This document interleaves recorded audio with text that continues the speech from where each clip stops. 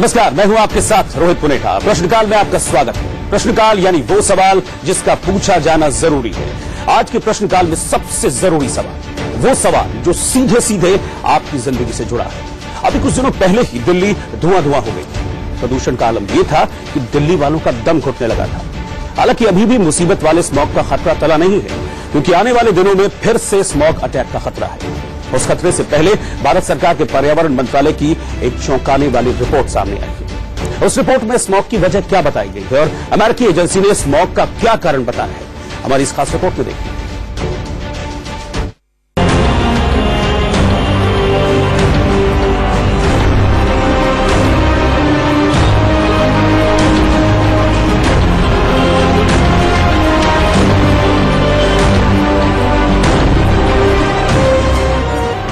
खतरनाक स्मॉग की ये तस्वीरें देश की राजधानी दिल्ली की हैं। करीब हफ्ते भर के इस मंजर में दिल्ली धुआं धुआं सी हो गई। दिन में रात जैसा हाल था, लोगों का सांस लेना तक मुश्किल था। लेकिन क्या आप जानते हैं कि दिल्ली में स्मॉग की सबसे बड़ी वजह क्या थी? माना यह जा रहा है कि दिल्ली में स्मॉग की सबसे बड़ी वजह थी कि दिल्ली के आसपास पश्चिमी यूपी, हरियाणा, पंजाब और कई ऐसे राज्यों के अंदर पराली को जलाया जाना, यही वजह थी कि जिसने दिल्ली में आहापोर की स्थिति पैदा कर दी। पराली जलाना दिल्ली के दमघोटू माहौल की एक वजह तो थी, लेकिन सबसे बड़ी वजह नहीं, क्योंकि इसको लेकर भारत सरकार की एक रिपोर्ट से बड़ा खुलासा हुआ। उस खुलासे की एक बड़ी बात आपको दिखाएंगे, लेकिन उससे पहले अक्टूबर महीने में खाड़ी देशों में चली धूल भरी आंधी की ये तस्वीरें देखिए। दो तस्वीरें एक साथ देखिए। पहली तस्वीर दिल्ली के दमघोटू स्मॉग की है, तो दूसरी तस्वीर खाड़ी देशों में चली धूल भरी आंधी। अब आप कहेंगे इन दोनों तस्वीरों में कैसा संबंध? दरअसल इन दोनों तस्वीरों में बहुत बड़ा रिश्ता है। हवा की क्वालिटी पर रिसर्च करने वाली सरकारी संस्था सफर यानी system of air quality and weather forecasting and research की एक रिपोर्ट में पता चला है कि खाड़ी देशों में तूफान के जरिए वहां की धूल हजारों किलोमीटर की दूरी तय करके भारत आ रही है। तो क्या स्मॉग की असल वजह खाड़ी देशों से आने वाली धूल? जी, खाड़ी देशों में आई धूल वाली आंधी और फिर वहां से उड़कर हिंदुस्तान की हवा में घुली ये धूल दिल्ली की दमघोटू आबो हवा की बड़ी वजह है। सफर ने अपनी रिपोर्ट में कहा है कि स्मॉग में गल्फ से आने वाली धूल की हिस्सेदारी 40% है, जबकि पंजाब और हरियाणा में पराली जलाने का इसमें करीब 25% योगदान है। बाकी के 35% प्रदूषण के लिए दिल्ली एनसीआर के हालात खुद जिम्मेदार हैं। हवा की वजह से खाड़ी की धूल और पंजाब और हरियाणा में पराली जलाने से धुआं दिल्ली एनसीआर में आ गया और हालात तब बिगड़े जब एंटी साइक्लोनिक विंड की वजह से प्रदूषण सतह पर जम गया। दिल्ली में 7 नवंबर को PM 2.5 का लेवल 537 माइक्रोग्राम प्रति घन मीटर पहुंच गया, जो 24 घंटे के औसत स्तर से 7 गुना ज्यादा था। अगले दिन ये 640 माइक्रोग्राम प्रति घन मीटर पर पहुंच गए। सफर की रिपोर्ट के मुताबिक अगर बाहरी स्रोतों की भूमिका नहीं रही होती तो 8 नवंबर को दिल्ली की एयर क्वालिटी 200 माइक्रोग्राम प्रति घन मीटर के आसपास रही होती। सफर की रिपोर्ट के मुताबिक खाड़ी से धूल और पंजाब हरियाणा से धुएं का आना 10 नवंबर को बंद हो गया। 10 नवंबर की रात के बाद से खाड़ी की धूल और पराली जलाने का असर नहीं दिखा। इसकी वजह अपर एयर विंड्स का धीमा होना और हवा का दिशा बदलना था। खाड़ी में धूल भरे तूफान ने 29 अक्टूबर को सऊदी अरब, इराक और उसके आसपास के देशों में दस्तक दी थी। इस तूफान की वजह से हवा में रेत के बादल बन गए, जिन्हें नासा के सैटेलाइट इमेज में भी देखा जा सकता था। सफर की रिपोर्ट के मुताबिक खाड़ी में तूफान 4 नवंबर तक जारी रहा। तूफान की वजह से धूल और रेत हवा में 1.5 से 3 किलोमीटर ऊपर तक पहुंच गए। उस ऊंचाई पर हवा की रफ्तार 15 से 20 किलोमीटर प्रति घंटा थी और उसकी दिशा भारत की तरफ हो गई, जिसके चलते धूल ने दिल्ली पर बुरा असर डाला। इन दिनों भले ही मौसम साफ हो गया हो और स्मॉग का खतरा टल गया हो, लेकिन बताया जा रहा है कि ये अब तो खतरे की शुरुआत भर है। जी हाँ, माना यह जा रहा है कि उत्तर भारत और पाकिस्तान में हालात और भी ज्यादा खतरनाक होने वाले हैं। अमेरिकी agency national oceanic and atmospheric administration यानी NOAA की ये तस्वीर देखिए। इस तस्वीर में बादल कहीं नजर नहीं आ रहा, दिख रहा है तो सिर्फ स्मॉग ही स्मॉग। अमेरिकी एजेंसी NOAA का दावा है कि उत्तर भारत और पाकिस्तान में आने वाले दिनों में स्मॉग और घातक होगा। इस क्षेत्र में स्मॉग की अभी शुरुआत है। ठंड और स्थिर हवाओं के चलते प्रदूषण बढ़ने की आशंका ज्यादा है, जिससे शहर के शहर खतरनाक तरीके से स्मॉग से प्रभावित होंगे। तो 19-20 की मॉर्निंग में थोड़े हमारे पास जो है फॉग की कंडीशन ज्यादा हो सकती है, मॉडरेट तक हो सकती है, विजिबिलिटी थोड़ी ज्यादा डाउन हो सकती है, लेकिन विजिबिलिटी आप लगभग 500 मीटर तक हो सकती है। लेकिन उसके बाद चूंकि नॉर्थ वेस्टर्ली विंड की स्ट्रेंथनिंग फिर से हो रही है, जो कि जब भी हमारे पास जो भी पॉल्यूटेंट है या एटमॉस्फेयर में जो भी पार्टिकल है वो यहाँ से आगे यूपी की तरफ जाएंगे और वो डिस्पर्स हो जाएंगे। तो 19 और 20 नवंबर से पहले सावधान हो जाइए, क्योंकि दिल्ली पर दोबारा मंडरा रहा है स्मॉग अटैक का। दिल्ली से मनोहर केसरी के साथ ब्यूरो रिपोर्ट, इंडिया न्यूज। यानी कि पिछले दिनों जिस स्मॉग ने आपका और हमारा सांस लेना मुश्किल कर दिया था, उसके पीछे मेजर फैक्टर खाड़ी देशों में चल रही जहरीली आंधी थी, धूल भरी आंधी थी, जिसका असर दिल्ली तक में देखा गया। और अब दिल्ली की हवा इतनी जहरीली हो चुकी है कि आप दिल्ली में रहते हैं तो प्रदूषण वाले साधारण दिनों में औसतन 28 सिगरेट बिना चाहे पी लेते हैं, लेकिन नवंबर के महीने में जब काला स्मॉग दिल्ली पर छाता है तो मानकर चलिए कि आप रोजाना 58 सिगरेट तक का धुआं अपने अंदर ले लेते हैं। इसकी कई वजह हैं, लेकिन एक अहम वजह है पंजाब और हरियाणा में जलाई जाने वाली पराली, मतलब धान की फसल में बाली के बाद का जो बचा हुआ निचला हिस्सा होता है वो, जिसे उत्तर प्रदेश और बिहार में पुआल कहते हैं।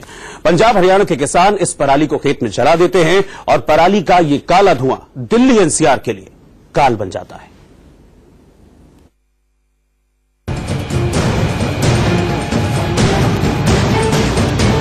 होता यह है कि नवंबर के महीने में मानसून के लौटने के बाद उत्तर भारत में 15 दिन का चक्र कुछ इस तरह होता है, जिसमें हवा 7 किलोमीटर प्रति घंटे से भी नीचे चली जाती है।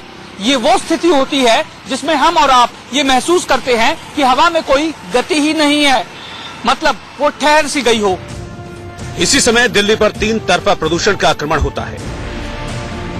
हरियाणा पंजाब से पराली का धुआं, राजस्थान से भारी धूल वाले कण और दिल्ली का अपना प्रदूषण, ये तीनों मिलकर हवा को इतना दूषित कर देते हैं, PM 2.5 और PM 10 का लेवल सारे रिकॉर्ड तोड़ देता है।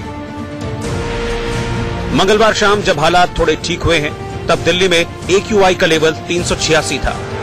एक दिन पहले ये लेवल 707 था।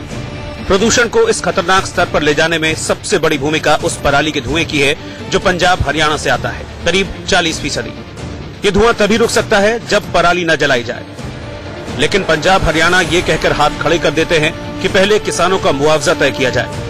किसान कम से कम 1000 रुपए प्रति एकड़ मुआवजा चाहते हैं, क्योंकि उनके मुताबिक इतना ही खर्च 1 एकड़ की पराली को नहीं जलाने के बाद उसे रिसाइकिल करने में लगता है। लेकिन पंजाब के कुछ किसानों ने ऐसा उपाय ढूंढ निकाला है जिससे पराली जलानी भी न पड़े और प्रति एकड़ 2000 का फायदा भी हो रहा है। ये कैसे, उसे इस वीडियो के जरिए समझिए।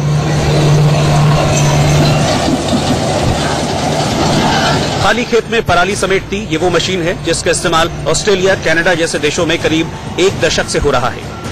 इस मशीन से घंटे भर में 2 एकड़ की पराली को गट्ठ में बदला जा सकता है।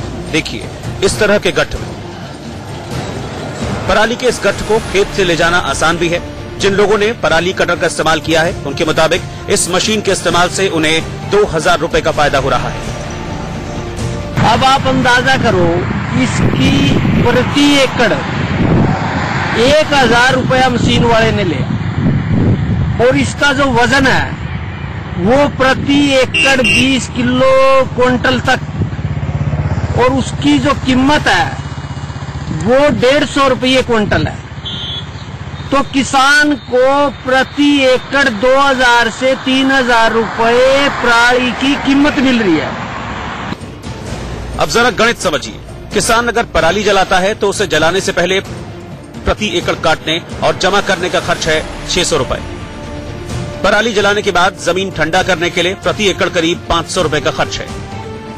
अब अगर इस मशीन का इस्तेमाल हो तो 1000 रुपए प्रति एकड़ कटाई और 500 रुपए ढुलाई का खर्च है। गत्ता फैक्ट्री, कागज फैक्ट्री में 1 एकड़ की पराली से 3000 रुपए तक मिलते हैं, मतलब प्रति एकड़ 2000 का फायदा। पराली कटर का इस्तेमाल करने वाले किसान से इसे और बेहतर तरीके से समझिए। ये देखो, पूरे इलाके के अंदर काट के ये में पूरे इलाके के अंदर ये काटी गई, और उससे 2 बातें हुई कि एक तो पर्यावरण आग लगाने की नौबत नहीं आई और इसका इस्तेमाल हुआ। ये मशीन भी किराए पे आई, हमने खुद खरीदी नहीं है, और ये गांव कमोदा के अंदर की स्थिति है। ये एक कमोदा गांव में लगभग 25 एकड़ से धान काट के मशीन से इसकी गठड़ियां बढ़ाकर और ये जो गत्ता मिल है और यह हो रहा वो सारे के सारे इसके खरीदार है, पहले ही खरीदार आ गए। ये वो तरीका है जिससे पराली भी नहीं जलेगी और पानी का नुकसान भी बचेगा, हवा शुद्ध रहेगी, किसानों को एक मोटी आमदनी भी होगी। लेकिन इन सब पर जिस तरह से काम होना चाहिए वो हो नहीं रहा। इसके उलट तीनों सरकारें दिल्ली, हरियाणा और पंजाब आपस में तू मैं में लगी है। Bureau report, India news.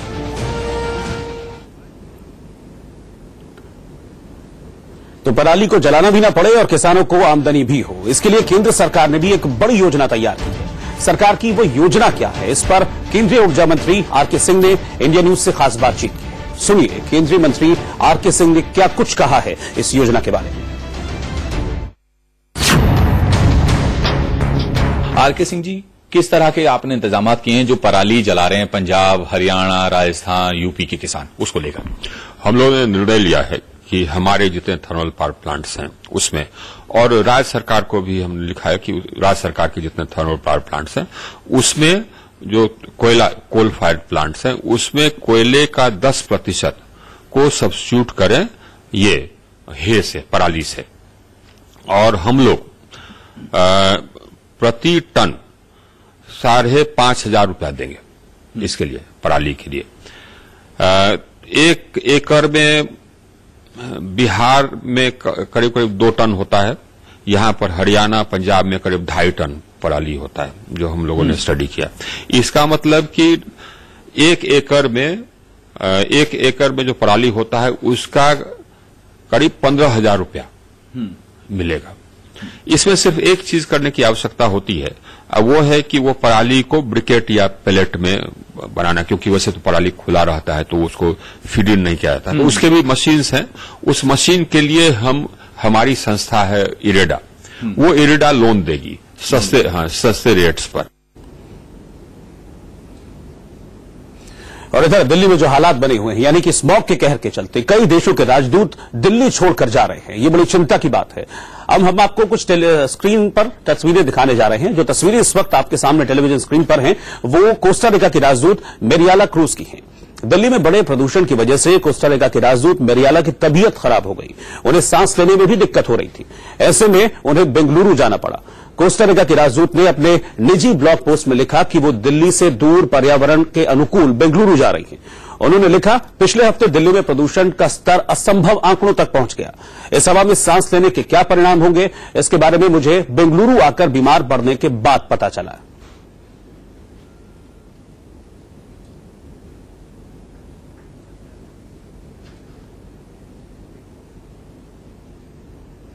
दरअसल दिल्ली में प्रदूषण के खतरनाक स्तर ने विदेशी कर्मचारियों को बड़ी चिंता में डाल दिया है। इस वक्त सूत्रों के मुताबिक कई देशों के दूतावास कर्मचारियों ने किसी और शहर में अपनी पोस्टिंग मांगी है। सूत्रों की माने तो कई दूतावासों में कर्मचारियों ने दिल्ली को हार्डशिप पोस्टिंग में डालने की मांग भी की है। आपको बता दें कि आमतौर पर यह पोस्टिंग उन देशों में दी जाती है जहां बड़े मुश्किल हालात होते हैं। बताया जा रहा है कि थाईलैंड की सरकार इस प्रस्ताव पर विचार भी कर रही है।